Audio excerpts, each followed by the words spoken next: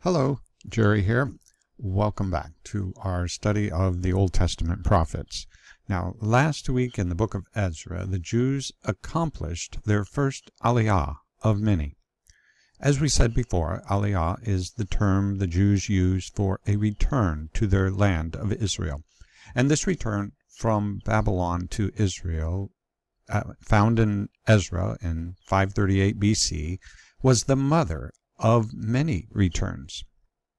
You mean there were more returns? Yes, because the Jewish nation lost their country again in a generation following the death and resurrection of Jesus the Messiah. Jesus predicted to the disciples that hardly a stone will be left upon the other in the temple soon enough. And just like with Babylon, this had to do with the Jews revolting against their overlord, this time the Roman Empire in AD 66. In response, the Romans systematically overcame various pockets of resistance around Israel, including a major siege against Jerusalem in AD 70, concluding with the destruction of Jerusalem and the temple in late August and early September. Those not killed or captured fled their country. Imagine our country being destroyed, fleeing to Canada or Mexico. This was a replay of the Babylonian conquest of Judah and Jerusalem, with the exception that Rome was not interested in managing a captive nation. Though there were other smaller battles ahead, this began the diaspora, when the Jews were put out of the land of Israel. Diaspora is a Greek word with the idea of scattering, like one scattering crop seeds with a wave of the arm. The Jews were sown to the other nations, and outside of a very small remnant living there, they did not return in any great number until over 1,800 years later. Why so long? Well, today we're going to take a field trip together through history in order to answer this question. While our nation is thinking about Israel now, and because of this connection to the first Aliyah in Ezra, I hope you will find this journey interesting and helpful. Well, first, in answering this question of why it took the Jews so long to return, we need to say that it was not because of a lack of desire. They longed to return to their homeland. This was the same nation, after all, that once penned, "By the waters of Babylon, there we sat down and wept, when we remembered Zion. How shall we sing the Lord's song in a foreign land? If I forget you, O Jerusalem, let my right hand forget its skill. Let my tongue stick to the roof of my mouth, if I do not remember you, if I do not set Jerusalem above my highest joy." We can see this same spirit within Israel's national anthem, written about 1878 by someone in the first modern Aliyah to Israel in 1882. It is called Hatikvah, which means the hope. Now, as I read these words, listen for the theme of Aliyah, or return, in this English translation, and hear that Hebrew poetry we've read so much of. As long as in the heart within a Jewish soul still yearns, and onward towards the ends of the east, an eye still yearns toward Zion. So in this first verse, as the Jews sing this today, they are reliving and expressing the yearning of their ancestors to make Aliyah to their homeland, and reappreciating what they have now because of the hard work and risks of others. Our hope is not yet lost, the hope of 2,000 years to be a free people in our land, the land of Zion and Jerusalem.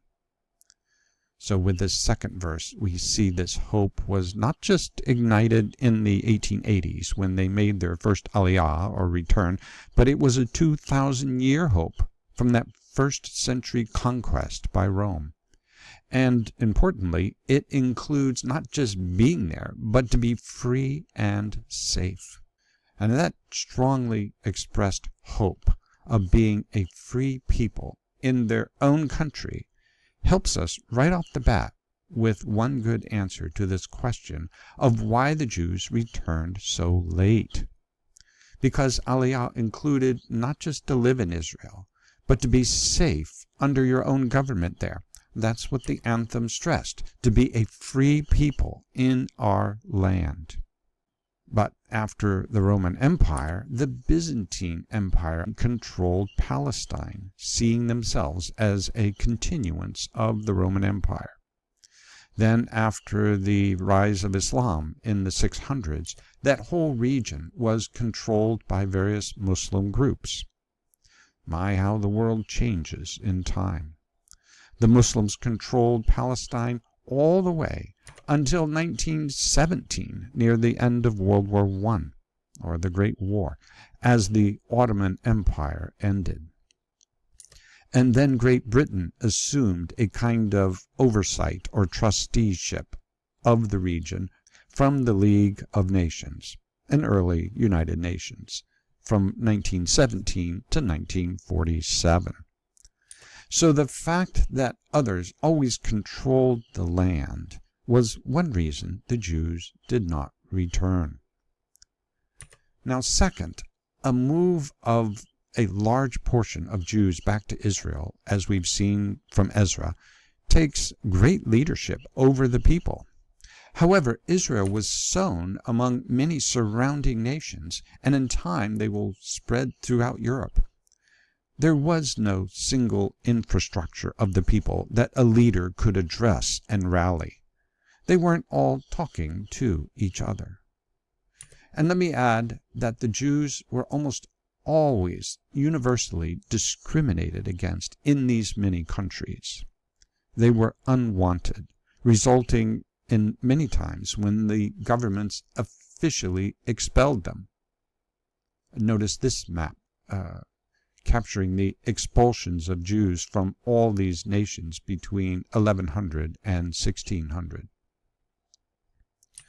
And this map showing both their expulsions and movement around, trying to find safe places between AD 1000 and 1500. Now, what other people group has been so unwanted within a nation's borders? Well, I can think of two others. First, the native tribes in our own country, who had the view of the land being for all, not private or defined with fence wire, and especially those nomadic tribes that followed the buffalo herds through the year. They were all categorized as savage vagrants. Second, another people group, remember the Roma, the Gypsies, another people without a homeland. And because they were unwanted and without their own safe borders, they were vulnerable, including to the worst characterizations and stereotypes. Almost all the information we have about the Roma is from those who disliked them, not an objective source.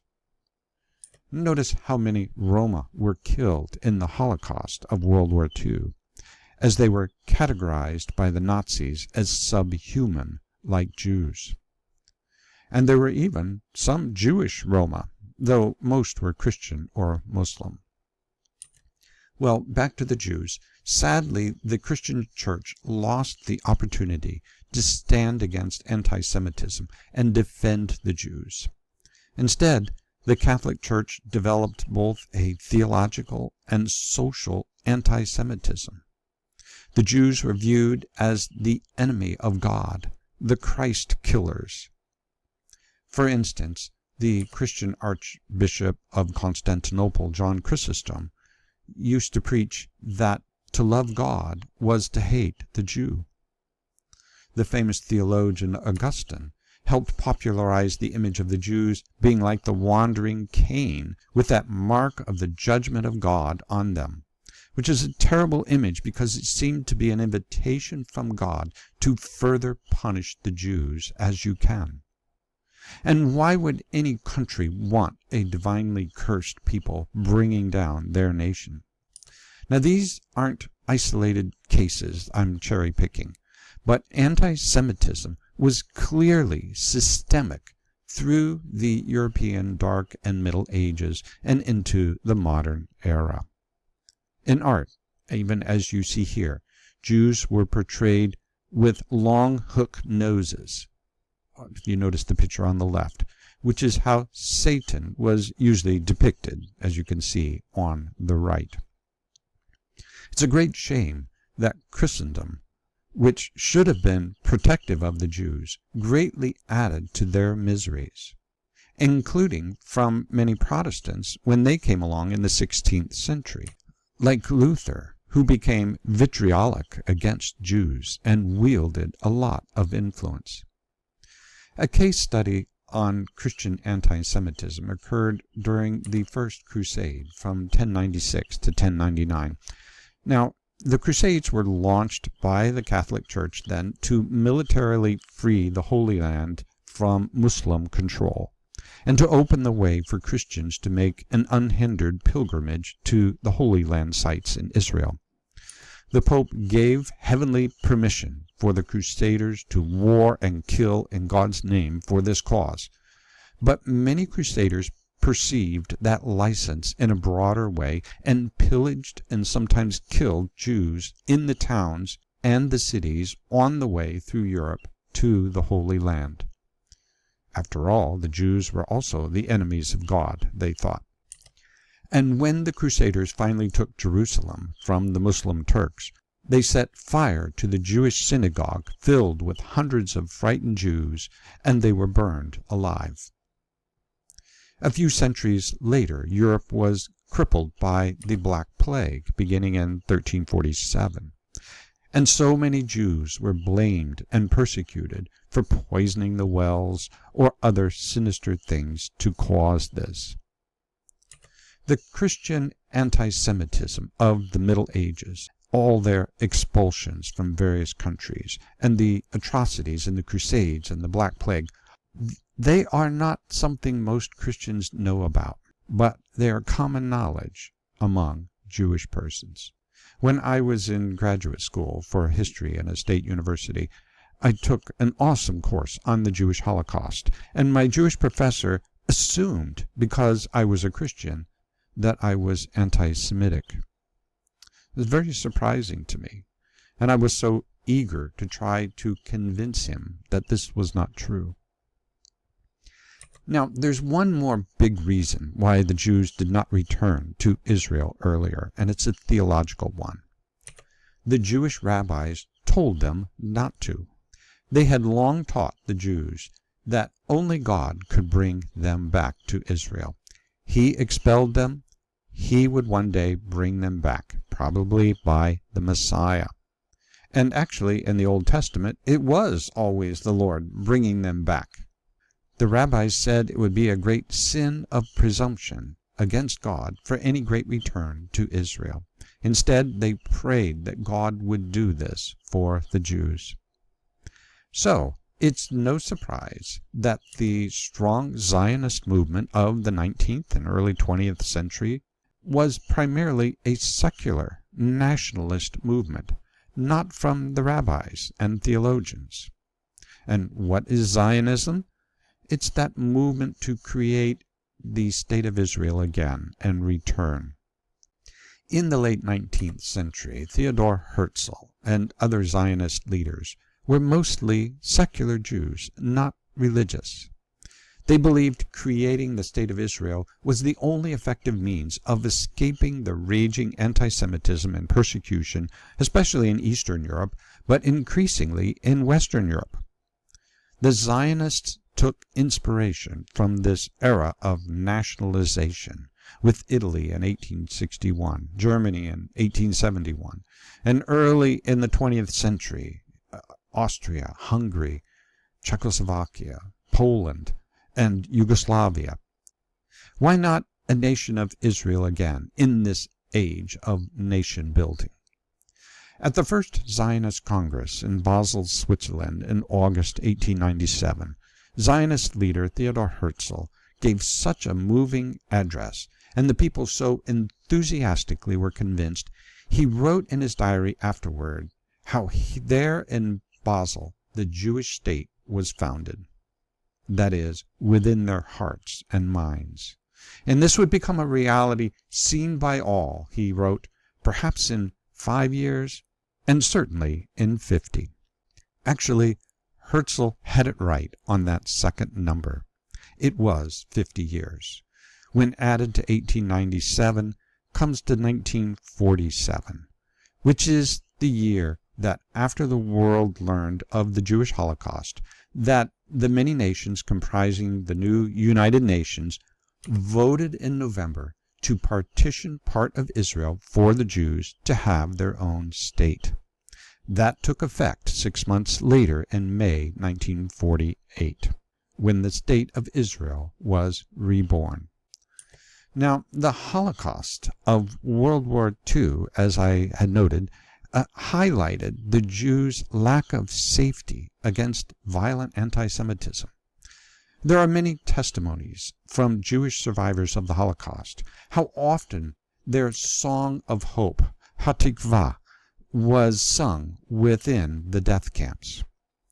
For instance, one of the surviving Jews forced to work at the gas chambers at Auschwitz testified that one group of Jews who were being marched there learned what was happening and began to sing Hatikvah.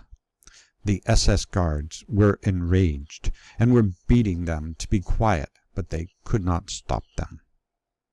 After the Bergen-Belsen death camp was liberated, the Jews there held a religious service, and as part of that sang Hatikvah.